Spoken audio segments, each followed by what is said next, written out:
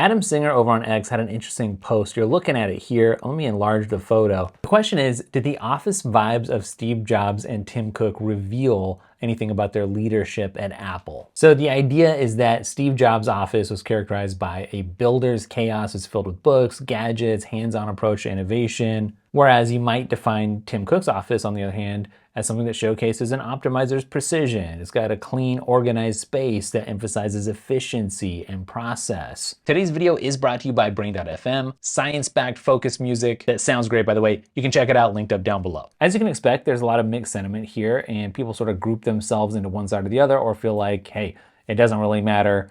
But I tend to find myself more in the Jobs camp because I feel like that is more like myself. I relate more to that in terms of kind of just having more of this drive to come up with new things rather than to optimize stuff that's already there. I think, to be 100% honest, both sorts of visions are necessary in most companies out there. You have to have that product person that's obsessed with product and firing up some new experiences. And then you have to have somebody who can come in and run the thing once it's online, whether it's a company, you know, an actual product line or division or whatever.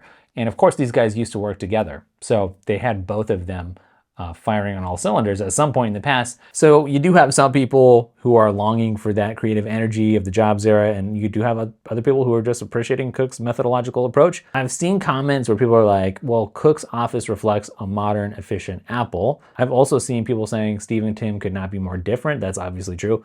And this is why Apple lost its way. So some people feel like there's a critique and a shift in the focus, which is evident from this set of photos. 1000%. The obvious thing to say is what we've already said, is that sometimes it takes both styles to really have a well-rounded approach to things. And actually, if you want to kind of continue that on, we had that under the Steve era, right? Tim was already there and they were working together. We don't have that innovative visionary person, you know, at Apple right now. And as another clip that we just are uploading today kind of points out, maybe that's a problem. Maybe that's an issue, right? But I think the non-obvious take is maybe people are overstating the difference, the stark contrast. It could be that leaders have to balance building and optimizing to some extent anyways. Or what a lot of people might be overlooking is just how these office environments could influence things like team dynamics.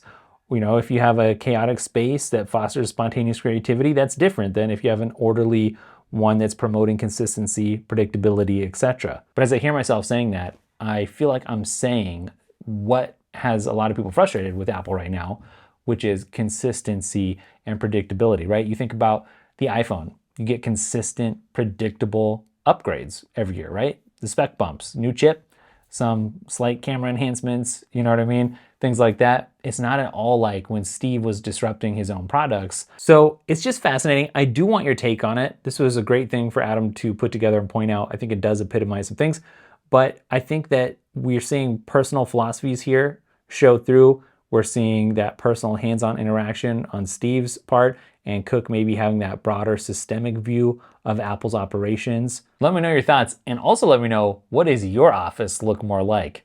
Whose office is more similar to yours? Personally, in my head, I think it looks more like Cook's, but in reality, it looks more like Steve's. I just want to take a brief second and let you know about our sponsor today, Brain.fm. I love Brain.fm. I'm literally never without this app on my Mac, on my iPhone, wherever I go, because it just sounds so good. But it's not just about the sound. Brain.fm is science-based, science-backed, and it will help you actually concentrate better. So it actually works as fast as just 5 minutes.